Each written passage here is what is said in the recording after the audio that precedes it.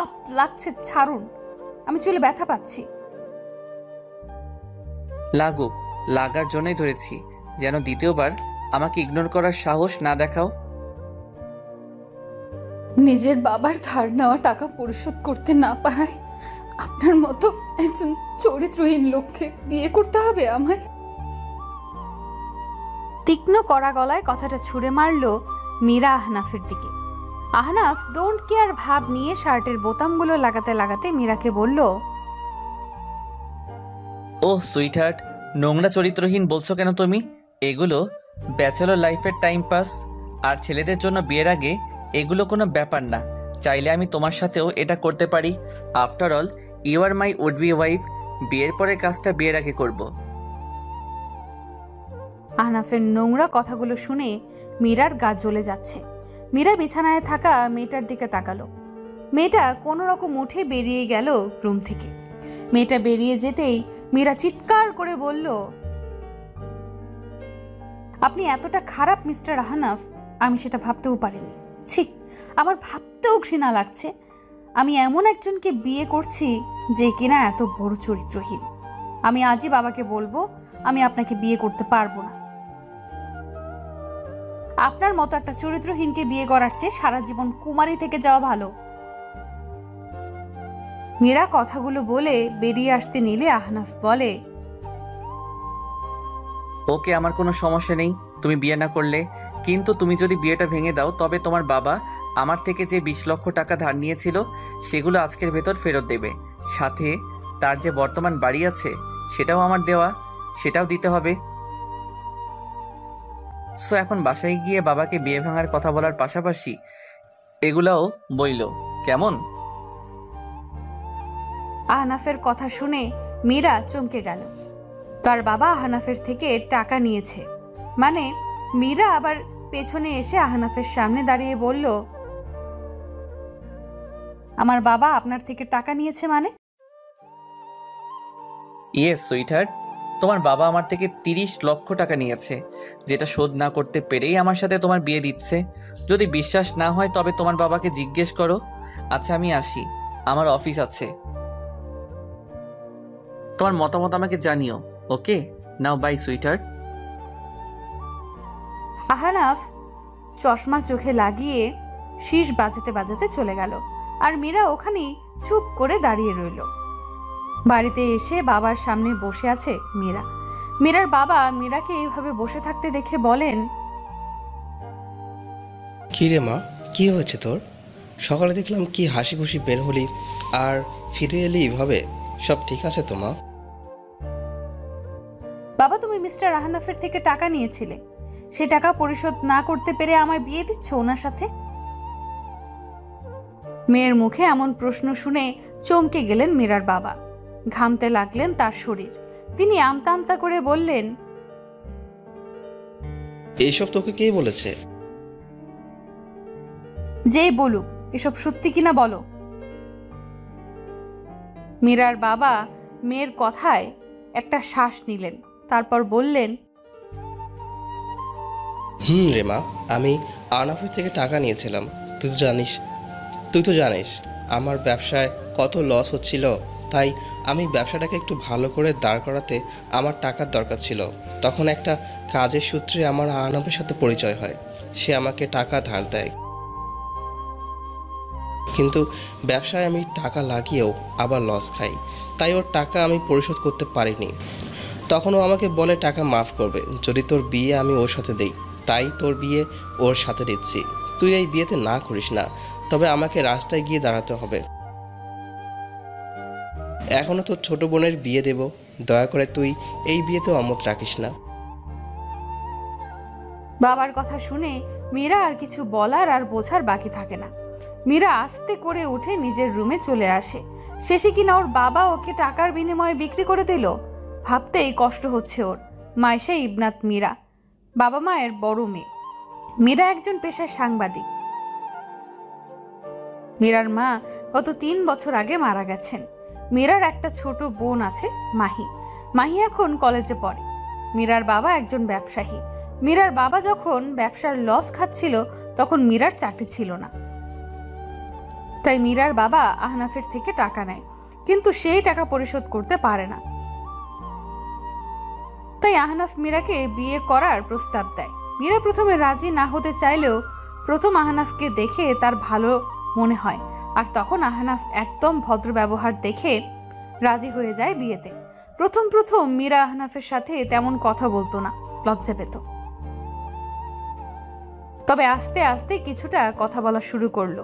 মীরা ধীরে ধীরে আহনাফের প্রতি দুর্বল হচ্ছিল। আহনাফের সাথে বিয়ে ঠিক হবার পরেই মীরার চাকরি হয়ে যায়। এটা একদম অবাক করার মতো ছিল মীরার কাছে। আদ্রিয়ান মাহমুদ আহনাফ বাবা মায়ের একমাত্র ছেলে। আহনাফ একজন নাম করা গায়ক, পাশাপাশি আহনাফ ওর বাবার বিজনেস দেখাশোনা করে। আহনাফের বাবা মা কেউ বেঁচে নেই। আজকে সকালে মীরা অফিসে যাওয়ার জন্য বের হলে একজন ওর ফোনে মেসেজ পাঠায়।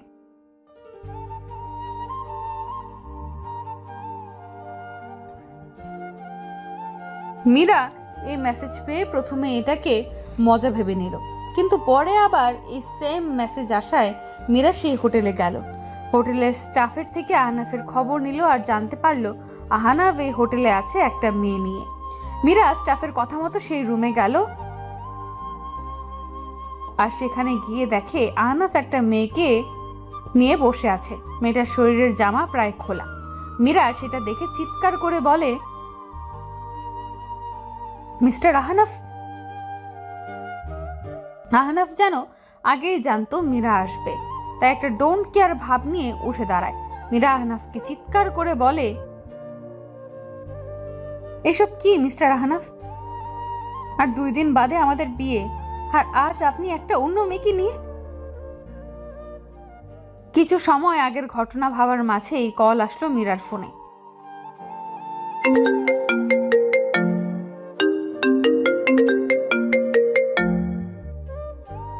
মীরার চোখ মুছে ফোন হাতে নিয়ে দেখে আহনাফের কল। মীরা কাপা হাতে ফোন রিসিভ করে। হ্যালো। তো সুইটহার্ট, বাবাকে বললা বিয়ে ভাঙার কথা?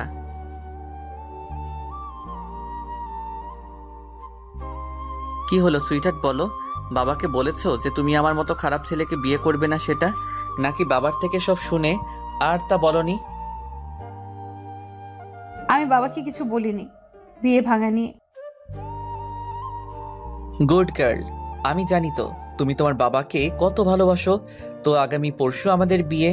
ওয়াও, ভাবতেই কি ভালো লাগছে। আমার শরীরটা ভালো লাগছে না, আমি রাখছি।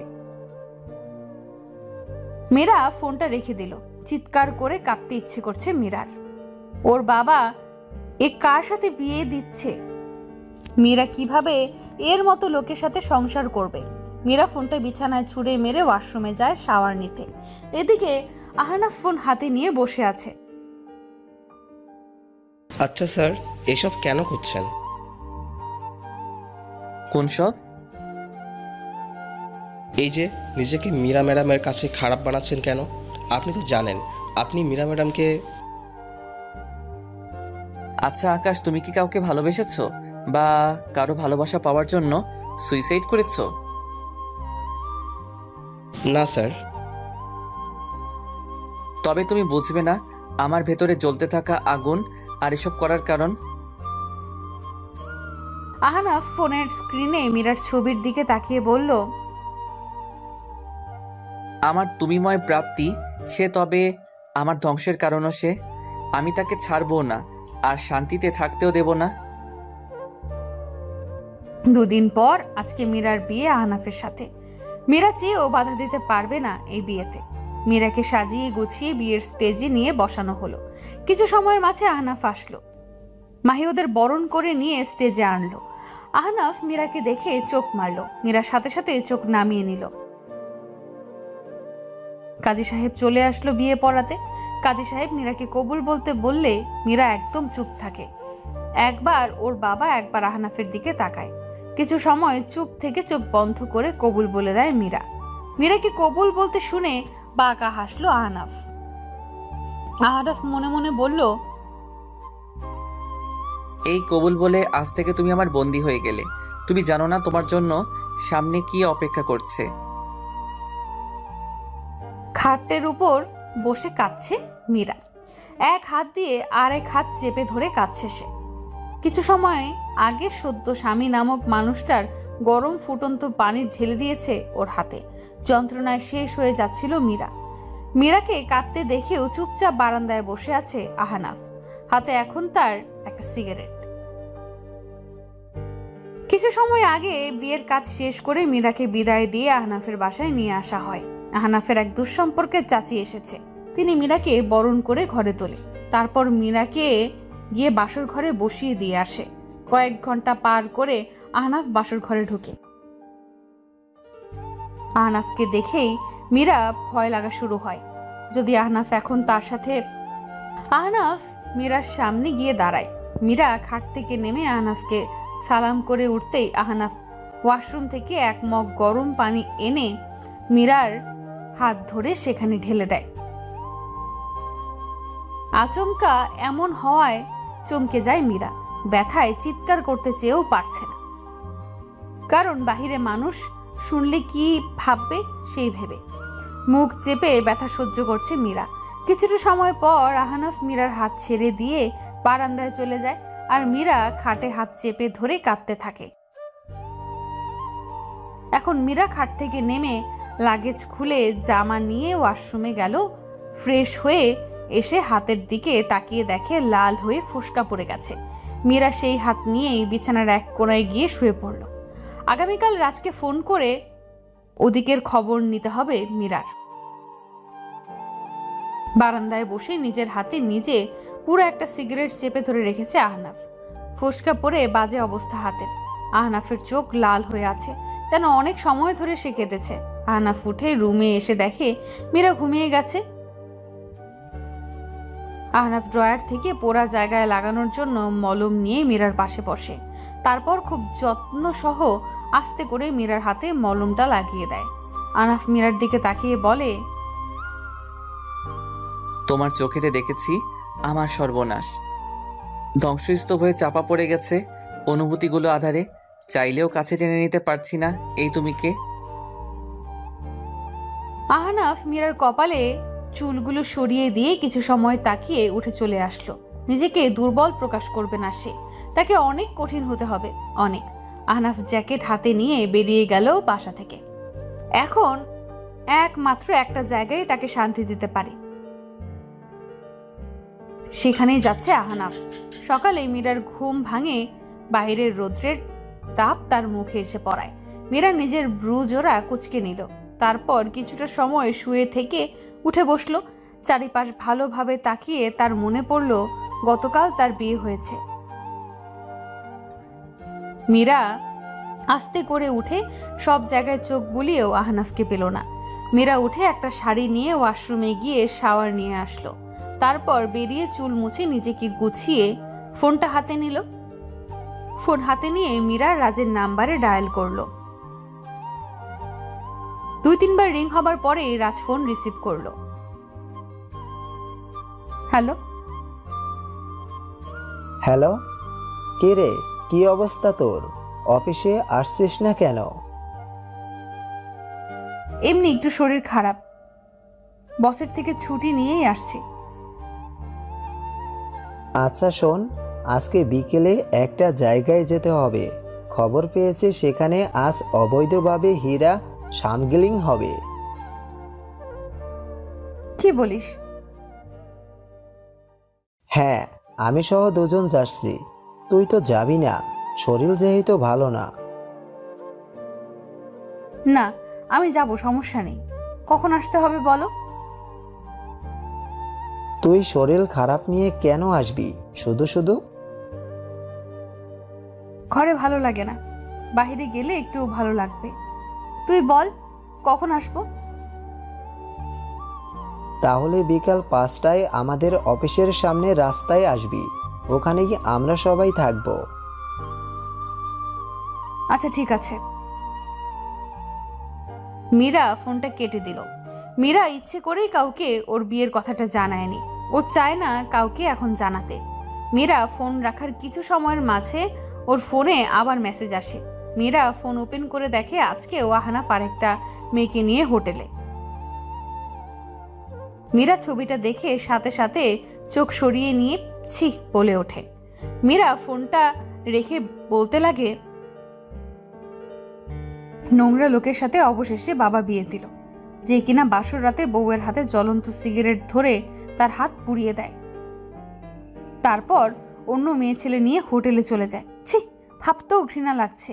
এ নাকি নাম করা গায়ক, আবার ভালো মানুষ, যার চরিত্র এত খারাপ। ছি। মীরা এসব ভাবার মাঝেই সার্ভেন্ট এসে নক করলো রুমে। মীরা দরজা খুলে দিলে সার্ভেন্ট জানালো মীরার চাচি শাশুড়ি তাকে নাস্তা করতে নিচে আসতে বলেছে। মীরা সার্ভেন্টের কথা মতো নাস্তা করতে নিচে আসলো। আহনাফের চাচি ওকে দেখে মুচকি হাসলো। মীরাকে নাস্তার টেবিলে বসতে বলল। মীরা নাস্তার টেবিলে বসার পর ওর চাচি ওকে খাবার বেড়ে দিল। মীরা লজ্জায় তেমন খেতে পারছে না, তাও আস্তে করে খাচ্ছে। আহনাফের চাচি মীরাকে বলল, তোমার সাথে তো আমার পরিচয় হয়নি। আমি আহনাফের চাচি, আহনাফের বাবার চাচাতো ভাইয়ের বউ। আহনাফ কিন্তু অনেক ভালো একটা ছেলে মা। আজ আহনাফের বাবা মা থাকলে অনেক খুশি হতো তোমাকে দেখে। তাদের ছেলে একটা চাঁদের মতো মেয়ে বিয়ে করে নিয়ে এসেছে। আমার আহনাফকে কোনোদিন কষ্ট দিও না। ছোট থেকে ছেলেটা আমার অনেক কষ্ট পেয়েছে, মা বাবা ভাই সবাইকে হারিয়েছে, তাই কিছুটা রাগী গম্ভীর স্বভাবের হলেও ছেলেটা আমার অনেক ভালো। মীরা আহনাফের চাচির কথা শুনে চমকালো। আহনাফের ভাইও ছিল, কই তার কথা তো সে কোনো দিন শোনেনি। আহনাফের চাচি আর মীরা খাবার খেয়ে উঠে যে যার রুমে চলে গেলেন। মীরা রুমে এসে লাগেজ থেকে সব বের করে আলমারির এক পাশে গুছিয়ে রাখলো সব। আলমারিতে সব গুছিয়ে রাখার মাঝেই চোখ গেল একটা উপর করে রাখা ছবির ফ্রেমের দিকে। মীরা হাতে নিয়ে সেটা নিতে যাবে, এরই মাঝে ওর ফোন বেজে উঠল।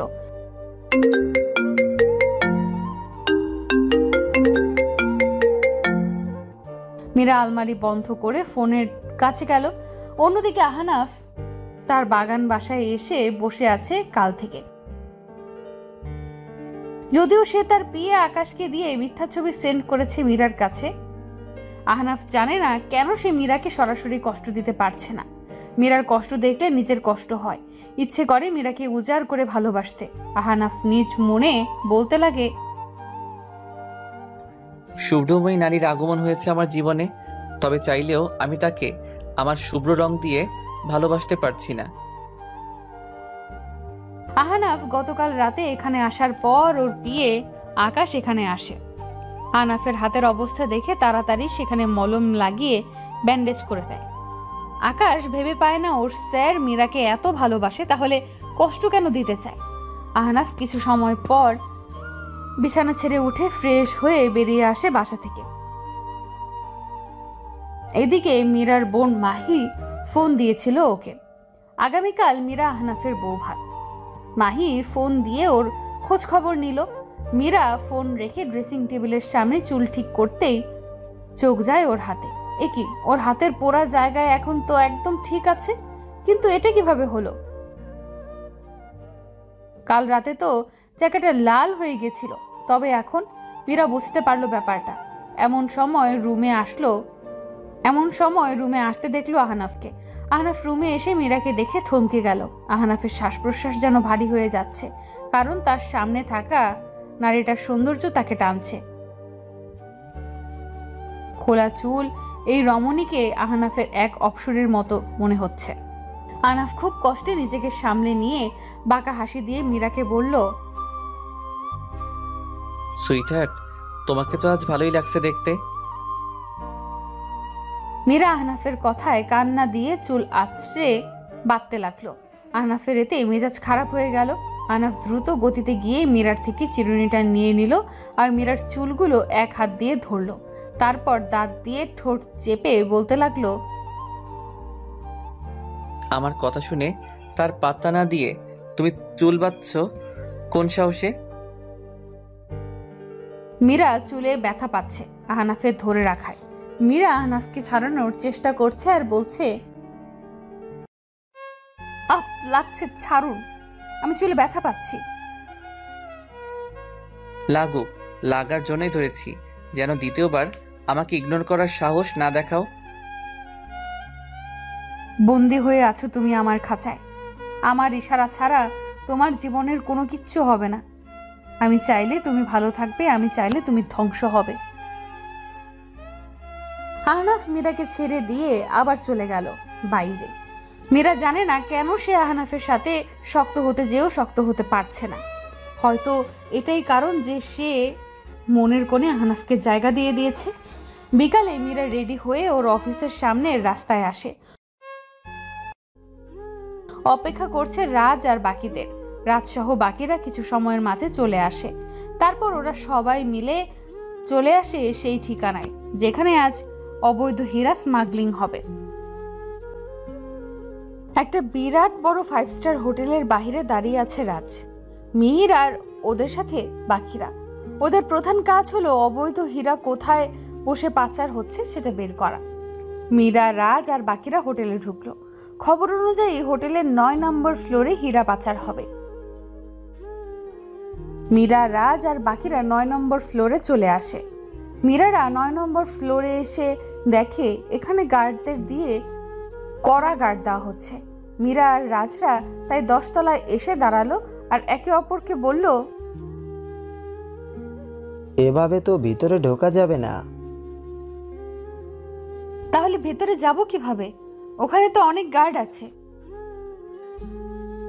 হ্যাঁ, আমরা এই হোটেলের স্টাফ সেজে যাব। কি? কিন্তু সেটা কিভাবে হবে? আমার কাছে সব ব্যবস্থা করা আছে। রাজ নিজের হাতের ব্যাগটা থেকে সবাইকে একটা করে কস্টিউম দিল স্টাফের। তারপর সবাই নিজেদের ছদ্মবেশ নিয়ে আসলো 9 তলায়। রাজের হাতে ড্রিঙ্কস, মীরার হাতে খাবার, বাকি দুজনের হাতে ডেজার্ট। মীরাদের উপর গার্ডরা আর কোনো সন্দেহ করতে পারল না, তাদের ভেতরে যেতে দিল।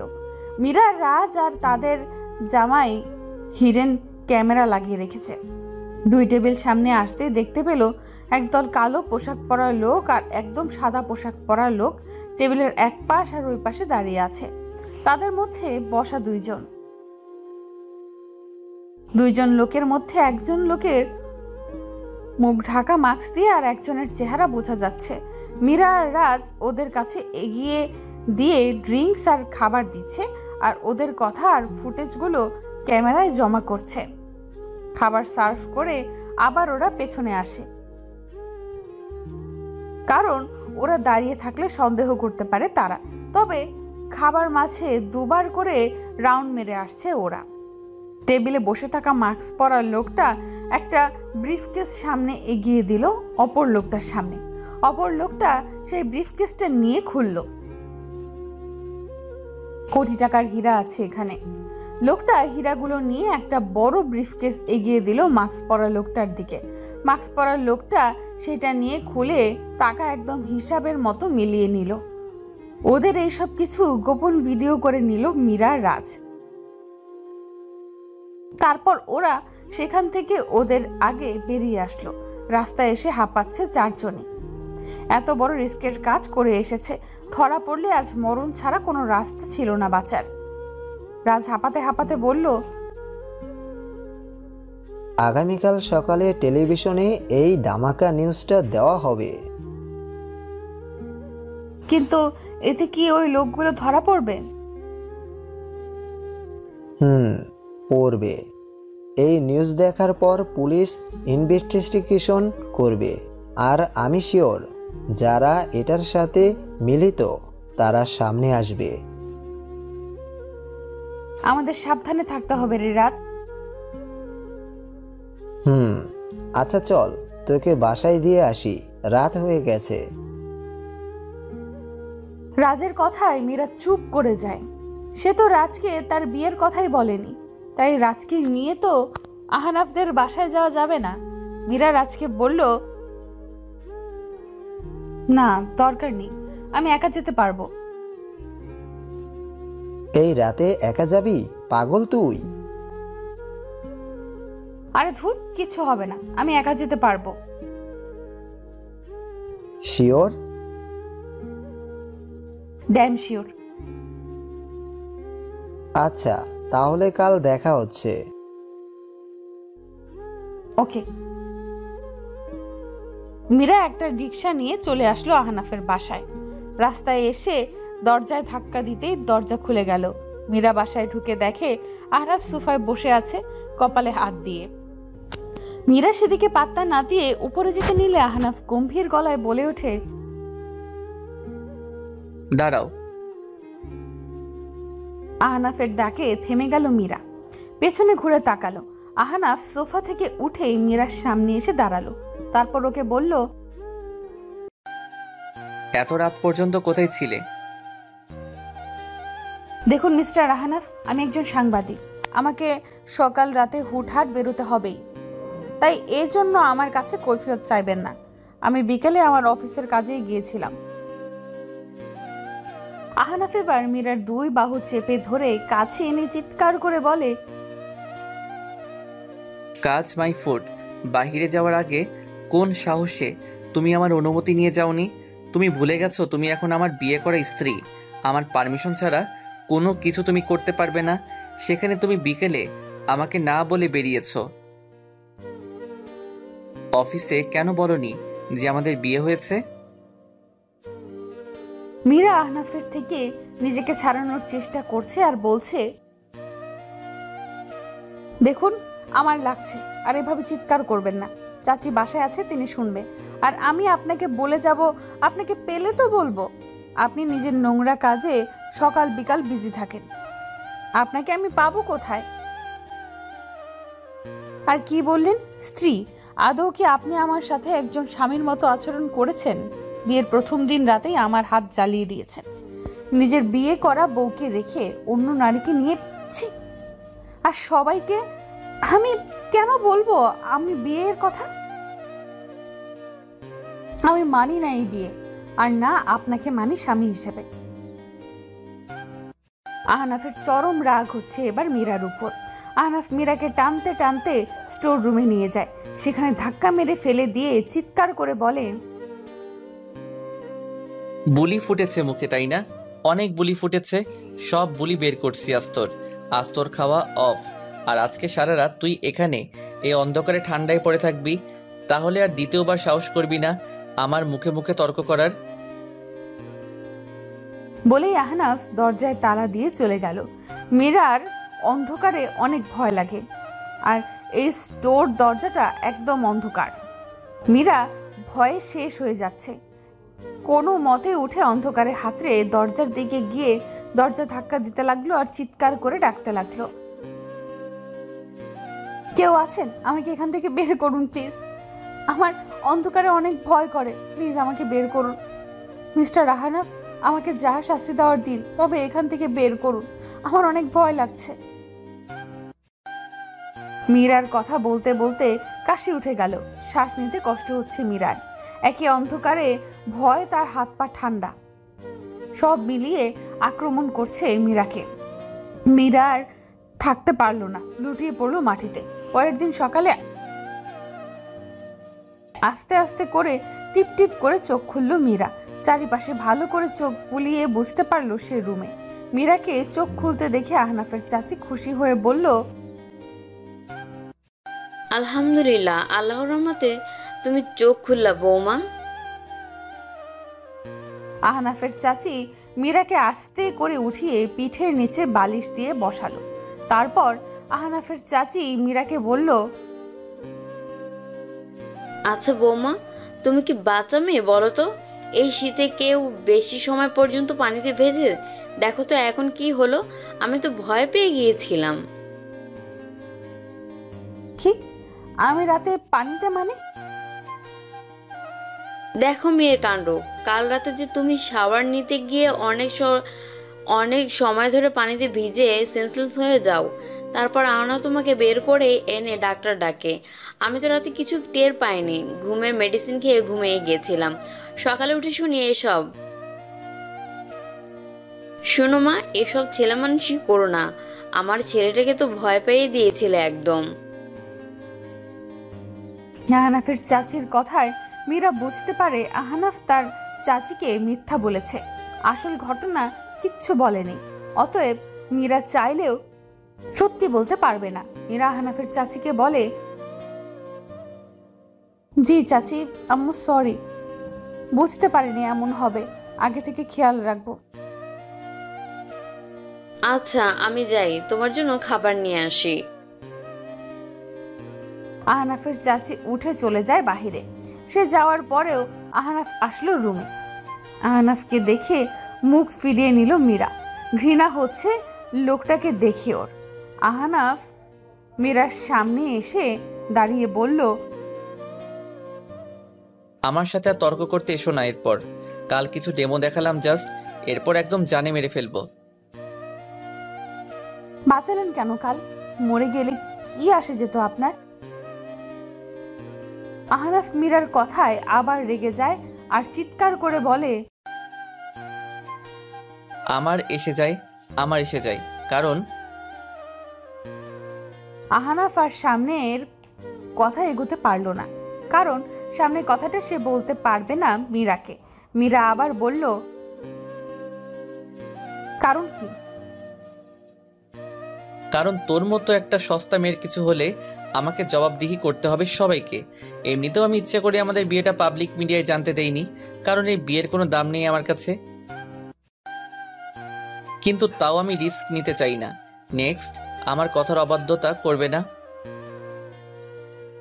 আহনাফ আর কিছু না বলে গাড়ির চাবি নিয়ে বেরিয়ে গেল। আহনাফ যাওয়ার সময় মীরা খেয়াল করলো আহনাফের হাতে আরো একটা ব্যান্ডেজ, তবে এবার অনেক বড় ব্যান্ডেজ। মীরা মনে মনে বলল, ওনার হাতে আবার কি হলো? গানের স্টুডিওতে গিয়ে গান রেকর্ড করে চলে আসে নিজের অফিসে আহনাফ। অফিসে এসে টেলিভিশনে দেখে ব্রেকিং নিউজ দেখাচ্ছে জাগো চ্যানেলে। ব্রেকিং নিউজ, অবৈধভাবে হীরা পাচার করা হচ্ছে দেশ থেকে। গতকাল রাতে গুলশানের 5 স্টার হোটেলে 5.5 কোটি টাকার অবৈধ হীরা পাচার হয়েছে। আপনারা দেখতে পাচ্ছেন কিভাবে হীরা লেনদেন হচ্ছে। পুলিশ ইতিমধ্যে তদন্ত শুরু করে দিয়েছে। কারা ছিল এই দুইজন তার খবর খুব শীঘ্রই বের করবে জানিয়েছে পুলিশ। খবর দেখে আহনাফ চমকে উঠল, কারণ এই চ্যানেলে এই কাজ করে মীরা। তাহলে কি কাল ও এখানে গিয়েছিল? ভাবতে থাকে আহনাফ। রাতে আহনাফ বাসায় আসলো। আহনাফ জানে মীরা ঘুম, কারণ মীরার মেডিসিনের ডোজে মীরা এখন ঘুম। গতকাল রাতে মীরাকে স্টোর রুমে রেখে আসার পর যখন আবার স্টোর রুমে গিয়ে মীরাকে ওভাবে পড়ে থাকতে দেখে আহনাফ, তখন ওর বুকের মাঝে ধুক করে ওঠে। আহনাফ তাড়াতাড়ি মীরাকে কোলে নিয়ে রুমে আসে। তাড়াতাড়ি জামা পাল্টে গরম কম্বলে জড়িয়ে নেয় ওকে। তারপর ওর এক কাছের ডাক্তারকে খবর দিয়ে আনায়। সে এসে মীরাকে চেক আপ করে দিয়ে যায়। আহনাফ মীরাকে যা কষ্ট দিয়েছে সেই কষ্ট নিজেকে দেওয়ার জন্য গরম শিক এনে নিজের হাতের সব জায়গায় লাগায়, আবার সেখানে চাকু দিয়ে আঘাত করে। আবার তাড়াতাড়ি ব্যান্ডেজ করে নেয় যাতে কেউ দেখতে না পারে। আহনাফ রুমে এসে দেখে মীরা বাচ্চাদের মতো গুটিসুটি মেরে শুয়ে আছে। আহনাফ মীরার সামনে এসে মনে মনে বলে, রূপের সর্বনাশী, তুমি কি জানো তুমি আমার হৃদয়ের সর্বনাশ করে দিয়েছো? আমার হৃদয়ে নিজেকে এমনভাবে গেঁথে দিয়েছো আমি না পারি তোমায় দূরে রাখতে, না পারি কাছে টানতে। আহনাফ ফ্রেশ হয়ে এসে সোফায় শুয়ে পড়ল। সকালে মীরা ঘুম থেকে উঠে আহনাফের দিকে নজর যায়। আহনাফ কম্বল গায়ে চুপ করে শুয়ে আছে, কপালে ছোট ছোট চুলগুলো ছড়িয়ে আছে। মীরা আহনাফের দিকে তাকিয়ে বলল, প্রেমের স্বাদটা ইচ্ছা ছিল আপনাতে নেওয়ার, কিন্তু হাই, আপনার প্রেমের স্পর্শ তো দূর, আপনাকেই কাছে পাইনি এখনো কোনোদিন। মীরা আস্তে করে উঠে ওয়াশরুমে যায়। ফ্রেশ হয়ে এসে নিচে চলে আসে নাস্তা বানাতে। বাড়ির বউ বলে কথা, একটু তো কাজ করতেই হয়। মীরা রান্নাঘরে গিয়ে সকালের নাস্তা বানায়। নাস্তা বানিয়ে টেবিলে সাজিয়ে দিল নাস্তা। এর মাঝে আহনাফের চাচিও আসলো নিচে। আহনাফের চাচি মীরাকে নাস্তা বানাতে দেখে খুশি হন। আহনাফের চাচি চেয়ারে বসলেন। এর মাঝে আহনাফ আসলো রেডি হয়ে খাবার টেবিলে। মীরা আহনাফের সামনের চেয়ারে বসেছে। সার্ভেন্টস খাবার বেড়ে দিচ্ছে ওদের। আহনাফ খাবার মুখে দিয়ে সার্ভেন্টদের দিকে তাকিয়ে বলে, আজকের খাবার কে রান্না করেছে? স্যার, ম্যাডাম রান্না করেছে। আমরা না করেছিলাম, তাও শুনিনি উনি। আহনাফ মনে মনে বলে, সর্বনাশী নারী, শুধু রূপেই আগুন নয়, গুণেও আগুন সে। আহনাফ আর কোনো কথা না বলে নাস্তা করে বেরিয়ে যায়। চেয়ারের পায়ের উপর পা তুলে বসে আছে একজন লোক, তার সামনে দাঁড়িয়ে আছে আরেকজন লোক। লোকটার চোখে মুখে রাগের চিহ্ন স্পষ্ট। লোকটা চেয়ার থেকে উঠে দাঁড়িয়ে চিৎকার করে বলল, 1 সপ্তাহ সময় দিচ্ছি।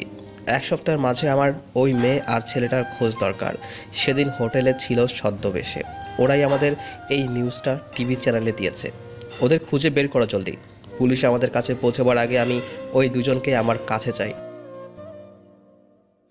লোকটার কথায় বাকি লোকগুলো মাথা নাড়িয়ে সায় দিল, যার মানে তারা ওদের খুঁজে আনবে। এদিকে আহনাফ সকালে গানের স্টুডিও গিয়ে গান রেকর্ড করে বাসায় আসলো। বাসায় এসে দেখে মীরা বসে আছে সোফায় আর কি যেন ভাবছে। আহনাফ সেদিকে পাত্তা না দিয়ে ফ্রেশ হয়ে আসলো। মীরা এতক্ষণে চিন্তায় আহনাফকে খেয়ালই করেনি। এবার আহনাফের দিকে তার নজর যায়। আহনাফ খালি গায়ে, পরনে ব্ল্যাক ট্রাউজার পরা। আহনাফ ড্রেসিং টেবিলের সামনে দাঁড়িয়ে চুল মুছতেছে তোয়ালে দিয়ে। মীরা আহনাফের দিকে তাকিয়ে লজ্জায় পড়ে যায়, তাই সাথে সাথে চোখ নামিয়ে নিয়ে বলতে লাগে, এই যে সুদর্শন পুরুষ, আমাকে কি পাগল করার ইচ্ছা আছে নাকি? আমি এমনিতেই আপনার ভালোবাসার কাঙাল, এবার আপনার রূপের কাঙাল বানাবেন আমায়? আহনাফ গায়ে গেঞ্জি পরে মীরার দিকে তাকালো। মীরা মাথা নিচু করে বসে আছে। আহনাফ সেদিকে আর পাত্তা না দিয়ে ল্যাপটপ নিয়ে সোফায় বসলো। মীরা আবার আহনাফের দিকে তাকালো। বসা থেকে উঠে আহনাফের কাছে গিয়ে দাঁড়িয়ে বলল, শুনুন। কি? আমাকে অফিসে যেতে হবে একটু। অফিসের বস কল দিয়েছিল, আর্জেন্ট মিটিং আছে। আচ্ছা যাও। মীরাকে আহনাফ আর কিছু বলল না। মীরা আলমারির থেকে একটা জামা নিয়ে চেঞ্জ করে এসে হিজাব বেঁধে ব্যাগ নিয়ে বেরিয়ে গেল।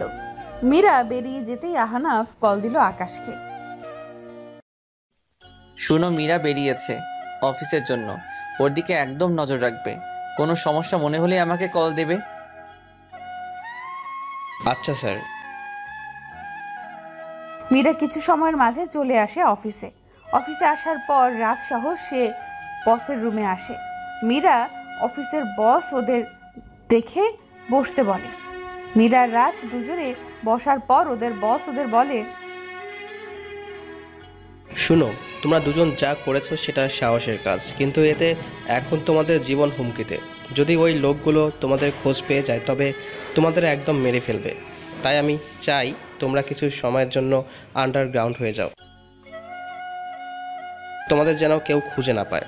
পুলিশ যতদিন ওদের ধরতে না পারছে ততদিন তোমরা এখানে আর এসো না। এটা আমি তোমাদের সেফটির জন্য বলছি। জি স্যার, বুঝতে পেরেছি আমরা। রাজ মীরা বেরিয়ে আসলো বসের রুম থেকে। তাদের বস খারাপ বলেনি কথা। তাদের কথা যদি লোকগুলো জেনে যায় তবে সত্যিই ওদের মেরে ফেলবে। মীরা, তুই কোনো একটা সেফ জায়গায় চলে যা, আমিও যাই। আচ্ছা, কিভাবে বলি? আমি চাইলেও কোথাও যেতে পারবো না, তবে মিস্টার আহনাফের বাসা আমার জন্য সেফ। কোথাও তো আর জানে না আমার বিয়ের ব্যাপারে। মীরা এসব ভাবতে ভাবতে বাসায় চলে আসে। অনেক দিন ছোট বোনটার সাথে কথা হয় না। মীরা কল লাগায় মাহির নাম্বারে। তারপর কথা বলে মাহির সাথে কথা শেষ করে গোসল করতে যায় মীরা। গোসল করে এসে আলমারি থেকে একটা জামা খুঁজতে গিয়ে আহনাফের জামার নিচে একটা ডায়েরি পায় মীরা। ডায়েরিটা অনেক পুরনো বোঝা যাচ্ছে। মীরা ডায়েরিটা হাতে নিতে যাবে এমন সময় রুমে আহনাফ এসে ওকে দেখে বলল, কি? এখন মীরা, আমার বাবা ছিলেন একজন ধনী বিজনেসম্যান। বাবার বিজনেসে বাবার দ্বিতীয় বন্ধু পার্টনার ছিল। বাবার বিজনেসে শুরু থেকে কোনো লস হয়নি, কিন্তু হঠাৎ করে বাবার বিজনেসে লস হওয়া শুরু হলো। বাবার বিজনেসে টাকার হিসাব গোলমাল হয়ে গেল, বড় বড় প্রজেক্ট সব হাতছাড়া হয়ে গেল। রাতারাতি আমার বাবার বিজনেস একদম ধ্বংস হওয়ার পথে এসে গেল। এসবের পিছনে কারণ জানতে গেলে বাবা জানতে পারলো বাবার ওই 2 বন্ধু আর অফিসের ম্যানেজার মিলে এগুলা করেছে। বাবা তাদের সাবধান করলেন আর হুমকি দিলেন এরপর এমন করলে তাদের নামে পুলিশে জানাবে। বাবা তার বিজনেস থেকে তার ওই 2 বন্ধু আর ম্যানেজারকে বের করে দেয়। এরপর সব ভালোই যাচ্ছিল, কিন্তু আবার একদিন পুলিশ আসলো বাবার অফিস সার্চ করতে। বাবার অফিস সার্চ করে তারা অবৈধ হীরা পেল বাবার কাছে। বাবা এসবের কিছু জানতো না বলেছিল, কিন্তু পুলিশরা তা শুনেনি। বাবাকে ধরে নিয়ে যায় জেলে। বাবার 18 বছরের জেল হয়ে যায়। আমার মা, আমি আর আমার ছোট ভাই রাস্তায় রাস্তায় ঘুরেছি সাহায্যের জন্য, কিন্তু লাভ হয়নি, কেউ আমাদের সাহায্য করেনি। এভাবে একদিন আমাদের কাছে খবর আসলো বাবা মারা গেছে। বাবা জেলের ভিতরে মারা গেছে। বাবার মৃত্যুর খবর শোনা মাত্র মা স্ট্রোক করে সাথে সাথে ওখানেই মারা যান। ভাগ্যের নির্মম পরিহাস, বাবা মাকে একসাথে কবর দিলাম। তারপর ছোট ভাইটাকে নিয়ে রাস্তায় আসলাম। আমার বয়স কম থাকায় কোনো কাজ করতে পারছিলাম না। তারপর অবশেষে আমার চাচি যে আমাদের দুঃসম্পর্কের, সে আমাদের তার কাছে নিয়ে গেল। কিন্তু ভাগ্যে তখনও সুখ লেখা ছিল না। ছোট ভাইটা আমার সারাদিন মা মা করে কাঁদতো। কাঁদতে কাঁদতে জ্বর চলে আসে ওর, আর সেই জ্বর কেড়ে নিয়ে যায় ওকে আমার থেকে। বাবা মা ভাইকে হারিয়ে পাগল প্রায় আমি। ঠিক করলাম নিজেকে প্রতিষ্ঠিত করব, আর যারা আমার বাবাকে এভাবে ফাঁসিয়েছে তাদের বের করব খুঁজে। তাই চলে আসলাম দেশের বাইরে। এখানে পড়াশোনা আর গান নিয়ে থাকলাম। দেখতে দেখতে একজন ফেমাস সিঙ্গার হলাম। তারপর ফিরে আসলাম বাংলাদেশে। বাবা শেষ হয়ে যাওয়া বিজনেস আবার শুরু করলাম। এত কিছুর মাঝে আমার সাথে আমার পরীর দেখা হয়নি, আর পরীকে আমি তখনও ভুলতে পারিনি। পরীর খোঁজ আর তাদের খুঁজতে লাগলাম। যারা আমার বাবার সাথে এসব করেছে তাদের মাঝে খুঁজে পেলাম একজনকে, আর সে হলো বাবার অফিসের সেই ম্যানেজার। আর সেই ম্যানেজার আর কেউ না, আমার সেই পরীর বাবা। শুরুতে আমি এটা বিশ্বাস করতে পারছিলাম না, কিন্তু সত্যি এটাই সে। বুঝে উঠতে পারছিলাম না কি করব। তারপর দেখা হলো পরীর সাথে আমার। পরী তো আমাকে এখন চিনতেই পারবে না, তখন ছিল ছোট, আর এখন সে একটা অ্যাডাল্ট মেয়ে। নিজের ভালোবাসার প্রতিশোধ। আস্তে আস্তে জানতে পারলাম পরীর বাবা ব্যবসায় লস খাচ্ছে, টাকার সংকট দেখা দিয়েছে তার। পরীর মা মারা গেছে 3 বছর হলো। পরী চাকরি খুঁজছে। নিজের প্রতিশোধ নিতে আমি পরীর বাবাকে টাকা দিলাম। আমি জানতাম এত টাকা সে কিছুতেই দিতে পারবে না, আর সেটাই হলো। প্রস্তাব দিলাম পরীকে বিয়ে করার। তিনি রাজিও হয়ে গেলেন। পরীও রাজি হলো, প্রথমে না করলেও আস্তে আস্তে পরীকে নিজের উপর দুর্বল করলাম। ওর চাকরি ঠিক করে দিলাম। তারপর শুরু হলো নিজেকে ওর কাছে খারাপ বানানো, কারণ আমি চাই পরী আমাকে ঘৃণা করুক, আর সেটাই হচ্ছে। পরীর বাবার ব্যবসা একদম রসাতলে যাচ্ছে, আর আমি কষ্ট দিচ্ছি পরীকে। সেই পরীকে বিয়ে করে ঘরের বউ করে আনলাম, তবে তাকে ভালোবাসতে পারছি না চাইলেও। পুরো ডায়েরি পড়ে মীরার চোখে পানি জমে গেছে। চোখের পলক ফেললেই পানি গড়িয়ে পড়বে। এত কষ্ট পেয়েছে এই লোকটা জীবনে। আর তার বাবা আহনাফের কষ্টের কারণ। আহনাফের বাবার সাথে বেইমানি করেছে সে। আহনাফ মীরাকে সে ছোট থেকে ভালোবাসে, আর মীরা সেটা জানতও না।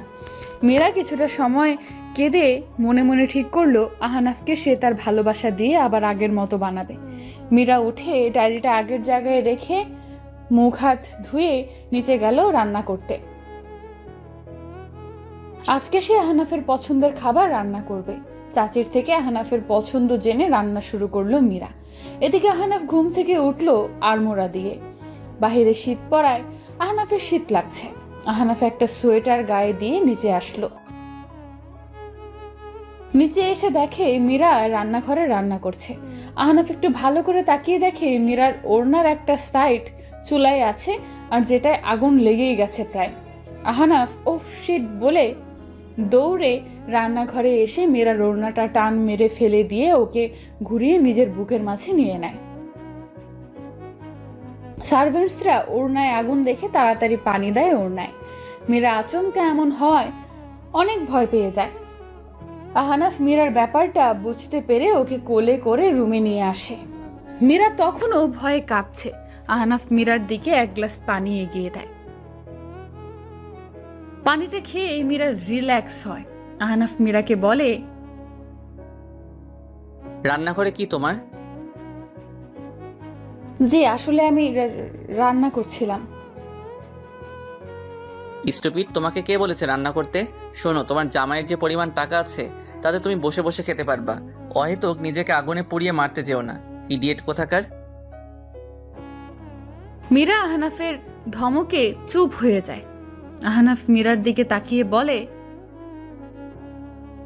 নেক্সট টাইম যতই ভয় পাও না কেন, নিজের অষ্টযুগল যুগল কাঁপবে না। কেন? আহনাফ মীরার সামনে ঝুঁকে বলে, আমার এই কাঁপানি দেখলে সমস্যা হয়? কি সমস্যা? নিজেকে ওই অষ্টযুগলে দিয়ে দিতে ইচ্ছে করে। বলেই আহনাফ বেরিয়ে আসে রুম থেকে। আর মীরা আহনাফের কথায় অনেক লজ্জা পায়। রাতে মীরা বসে বসে আহনাফের ল্যাপটপে মুভি দেখছে, আর আহনাফ অন্য ল্যাপটপ দিয়ে কাজ করছে। এমন সময় মীরার ফোনে কল আসলো।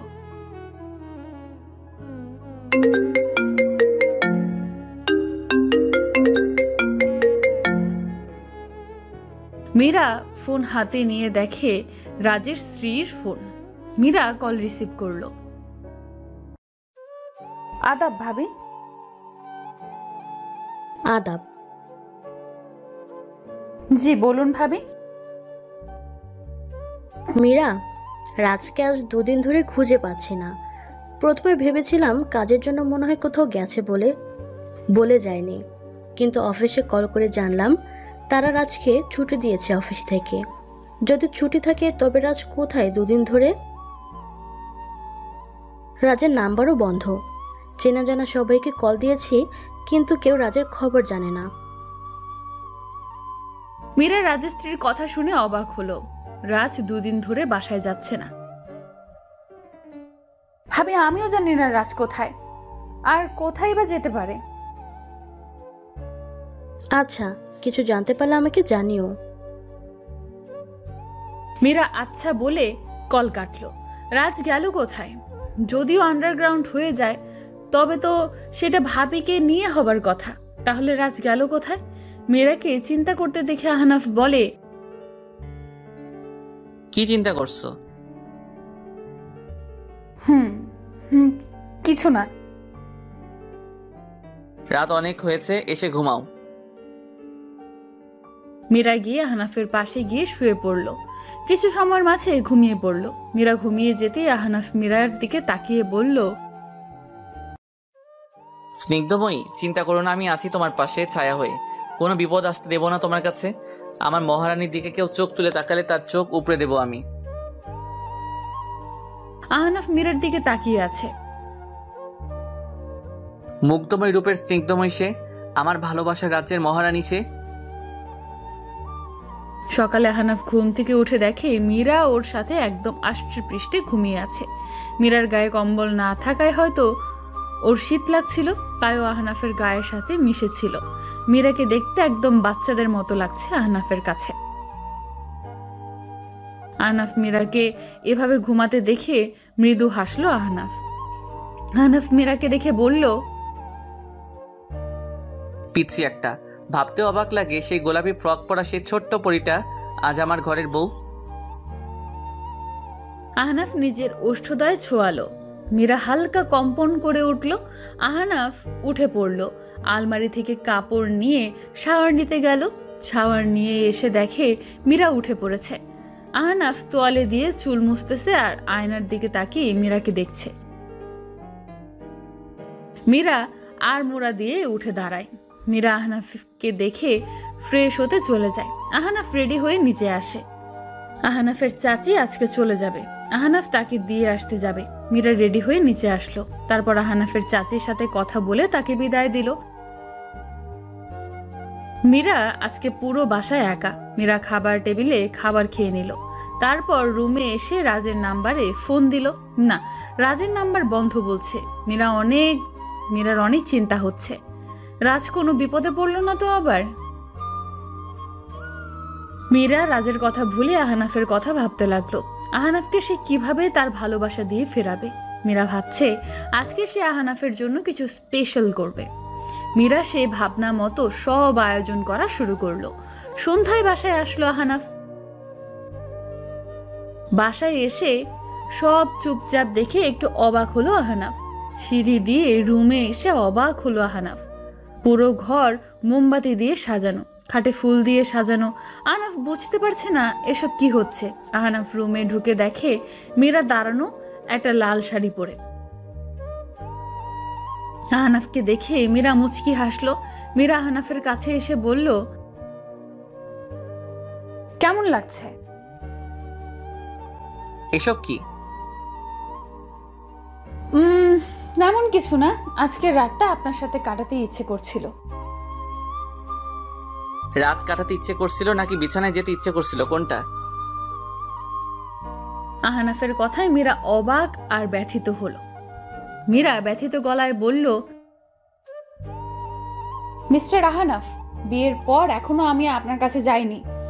আজ আমি চাইছিলাম একসাথে রাত কাটাতে, আর আপনি এসব কি বলছেন? এইসব মেলোড্রামার কোনো দাম নেই আমার কাছে। আমি তোমার মতো মেয়েকে নিজের স্ত্রী ভাবি না। নিজেকে বিছানায় নিতে চাইলে সোজা বলবা, সোজা নিয়ে যাব। এসব নাটক করবেন আমার সাথে? কেন এমন করছেন আমার সাথে? কি ক্ষতি করেছি আমি আপনার? যদি আমাকে ভালোই না বাসবেন তবে কেন করলেন বিয়ে? কেন আমাকে এভাবে কষ্ট দিচ্ছেন মিস্টার আহনাফ? হুশ, আওয়াজ নিচে। আমার সাথে আওয়াজ উঠিয়ে কথা বলবে না। আমি তোমাকে কেন বিয়ে করেছি কেন তা তুমি অনেক তাড়াতাড়ি জানবে। তোমাকে দেখলে আমার শুধুই রাগ আসে। তোমাকে সহ্য হয় না আমার। আহনাফ মীরাকে ধাক্কা মেরে সরিয়ে দিয়ে সবকিছু লন্ডভন্ড করে দিয়ে বেরিয়ে গেল। মীরা ওখানে বসে চিৎকার করে কাঁদছে। যদি আমাকে কষ্ট দিয়ে আপনি খুশি হন তবে তাই শুই। আমিও দেখব কত কষ্ট দিতে পারেন আমাকে আপনি। আমার ভালোবাসা বড় নাকি আপনার প্রতিশোধ? আহনাফ চলে আসলো রাস্তায়। আহনাফ যদি পারে তো যেন নিজেকেই নিজে মেরে ফেলে এমন অবস্থা, কারণ সে চায় না মীরাকে কষ্ট দিতে। কিন্তু মীরাকে দেখলে ওর বাবার করা অন্যায়গুলো চোখে ভাসে। আহনাফ চাইলেও পারছে না মীরাকে ভালোবাসতে। ভালোবাসার আগুন দাও দাও করে জ্বলছে আহনাফের মনে, কিন্তু মীরাকে দিয়ে ভালোবাসার তৃষ্ণা মেটাতে পারছে না। আহনাফের নিজেকে খুব অসহায় লাগছে। দুদিন পর সেদিনের পরও মীরা চেষ্টা চালিয়ে গেছে আহনাফের সাথে সম্পর্ক স্বাভাবিক করতে, কিন্তু আহনাফ মীরাকে একদম পাত্তা বা সেই সুযোগ দেয়নি। মীরা চাইলেও পারছে না আহনাফের কাছে যেতে। মীরা ভেবে পাচ্ছে না কিভাবে সে তাদের সম্পর্ক আলোর পথে আনবে। এই অন্ধকার আর কত। জানলার পাশে মাথা ঠেকিয়ে দাঁড়িয়ে এসব ভাবছে মীরা।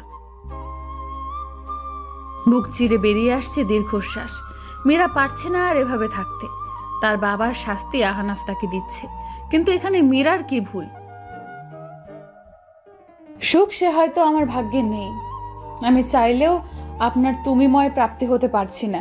প্রাপ্তের খাতাটা শূন্য হয়েই গেছে। সুখ পাখি হয়তো আমার খাঁচায় ধরা দেবে না। মীরা জানালার বাহিরে সাদা মেঘগুলো দেখছে। অপরদিকে আহনাফ মীরার বাবাকে একদম রাস্তায় নামিয়ে দিয়েছে। মীরার বাবার ব্যবসা একদম ভেঙে গেছে। আহনাফ চাচ্ছে মীরার বাবা এবার ওর বাকি দুজনের সাথে দেখা করতে, তবেই আহনাফ ওই বাকি দুজনের খোঁজ পাবে। আহনাফ এখন মীরার সামনে তেমন যায় না। আহনাফ বুঝতে পারছে মীরা তাকে আপন করতে যাচ্ছে, কিন্তু আহনাফ সেটা পারছে না। আহনাফ চায় না এটা হোক। এই বিয়ের সময়সীমা একদম সীমিত। ঠিক সময় আহনাফ মীরাকে মুক্ত করে দেবে এই বন্ধন থেকে। আহনাফের এসব ভাবনার মাঝে আকাশ আসে আহনাফের কাছে। স্যার আসবো? আসো। স্যার একটা কথা ছিল, খুব দরকারি। কি? স্যার ওই যে ম্যাডামের বন্ধু রাজ আছে না, ওনার লাশ পাওয়া গেছে। আজ সকালে ওনার বাসার সামনে কেউ ওনার লাশ পার্সেল করে দিয়ে গেছে। হোয়াট? G sir. কিন্তু এসব কিভাবে হলো? জানি না স্যার, আপনি বরং ম্যাডামকে নিয়ে যান ওদিকে। ম্যাডামের কাছেও ফোন এলো বলে। হুম। আহনাফ আকাশের কথা মতো বেরিয়ে গেল। আহনাফ জানে মীরা রাজের মৃত্যুর কথা জানতে পারলে অনেক ভেঙে পড়বে। আহনাফ তাড়াতাড়ি বাসায় চলে আসলো। মীরা তখন সোফায় বসে ম্যাগাজিন পড়ছিল। আহনাফকে এত তাড়াহুড়ো করতে দেখে চমকে যায় মীরা। আপনি এভাবে? তোমার আমার একটা কথা বলার আছে। কি কথা? কথাটা তোমাকে বলার পর তুমি কোনো রিয়াক্ট করবে না, ওকে? আর উত্তেজিত হবে না। আচ্ছা, কিন্তু কি? রাজ মারা গেছে। আজ সকালে কেউ ওর লাশ ওর বাসার সামনে রেখে গেছে। মীরা আহনাফের কথা শুনে থমকে গেল। দাঁড়ানো থেকে বসে পড়ল মীরা। এটা হতে পারে না। এটা কিভাবে হতে পারে? এটা হতে পারে না। আপনি মিথ্যা কথা বলছেন। এটা সত্যি। চলো আমাদের রাজের ওখানে যেতে হবে। আহনাফ মীরাকে সাথে নিয়ে রাজের বাসায় গেল। রাজের বাসায় কান্নার হাহাকার হচ্ছে। রাজের স্ত্রী পাগল প্রায়।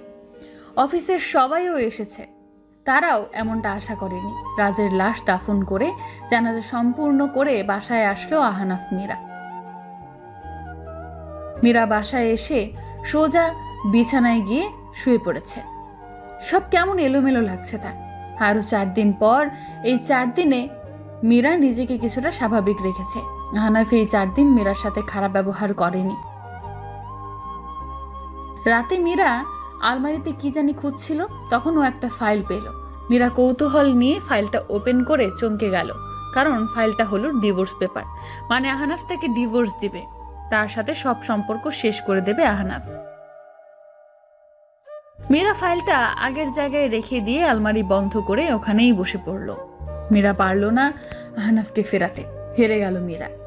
তার ভালোবাসা পরাজিত হয়ে গেল। মীরা নীরবে কাঁদছে।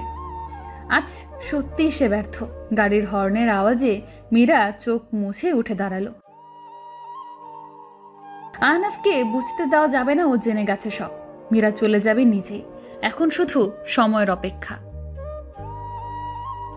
হসপিটালে বাবাকে দেখতে এসেছে মীরা। মীরার বাবার শরীরের অবস্থা খুব খারাপ।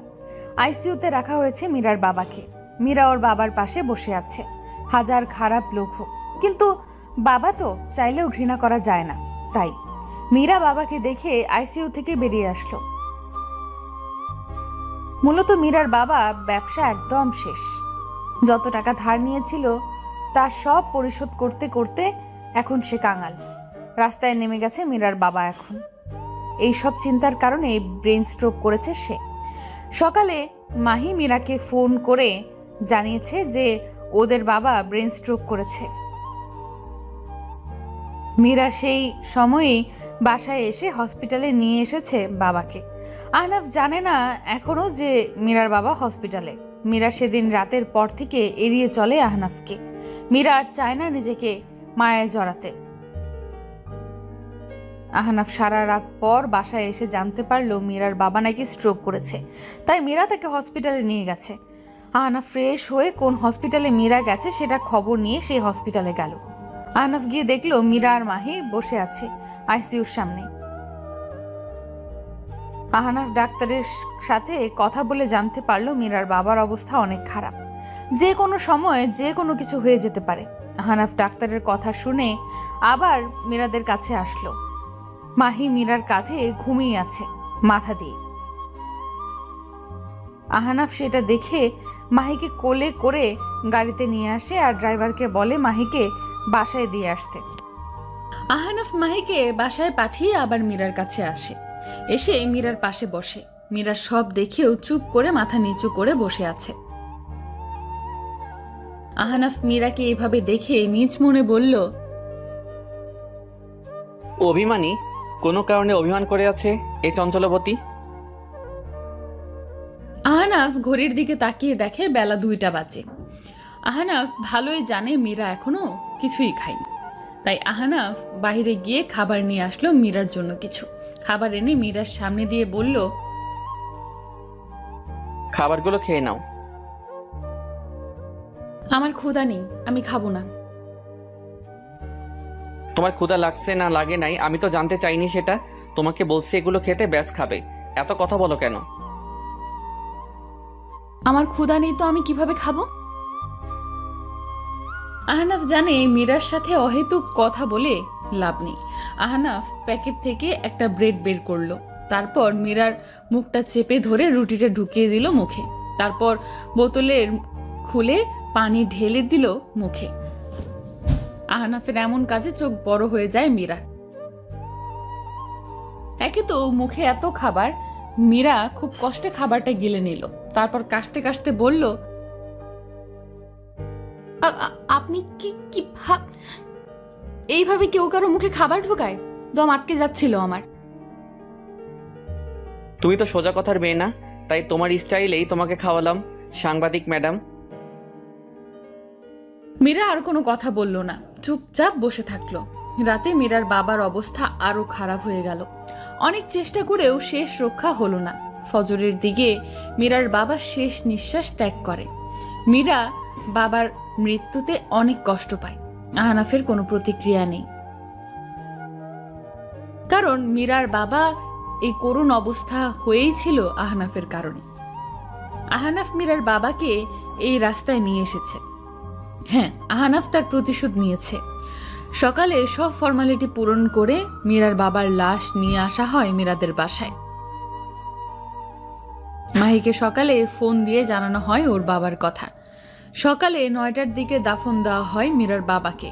বাবার মৃত্যুতে মাহিও একদম ভেঙে পড়ে, কারণ বাবা ছাড়া আর কেউ নেই তার। আহনাফ মাহির কাছে এসে ওকে শান্ত করে। এরপর মাহিকে আর মীরাকে নিয়ে বাসায় আসে। এখন থেকে মাহিকে ওদের সাথেই রাখবে।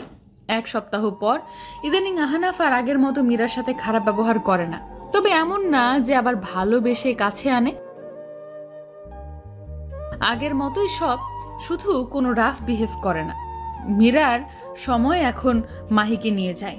2 বোন একসাথে আড্ডা দেয়, রান্না করে। সকালে আহনাফ নাস্তা করে অফিসে চলে আসে। আজকে একটা গান রেকর্ড করতে স্টুডিও যেতে হবে ওকে। মীরা আর মাহি ঠিক করে শপিং করতে যাবে। যেমন ভাবনা তেমন কাজ। মীরা আর মাহি বেরিয়ে পড়ল শপিং করতে যাওয়ার জন্য, কিন্তু তারা আহনাফের বাসার কোনো গাড়ি নিয়ে যায় নাই। শপিং করতে এসে কিছু কেনাকাটা করে দুজনে, তারপর রেস্টুরেন্টে বসে কিছু খাবার খেয়ে নেয়। খাওয়া দাওয়া কেনাকাটা করে দুজন রাস্তায় দাঁড়ানো গাড়ির জন্য। রাস্তায় ওরা দুজনে দাঁড়িয়েছিল। ওই সময় একটা সাদা রঙের গাড়ি এসে থামলো ওদের সামনে। গাড়ি থেকে কয়েকজন মাস্ক পরা লোক বেরিয়ে এসে মীরাকে তুলে নিয়ে যায়। মাহি বাধা দিতে গেলেও পারল না। মীরাকে গাড়িতে তুলে লোকগুলো চলে গেল। মাহি সাথে সাথে আহনাফকে ফোন দিল। আহনাফ স্টুডিওতে থাকায় ফোন সাইলেন্ট করা, যার কারণে আহনাফ ফোন রিসিভ করতে পারল না। এদিকে মাহি কি করবে বুঝতে পারছে না।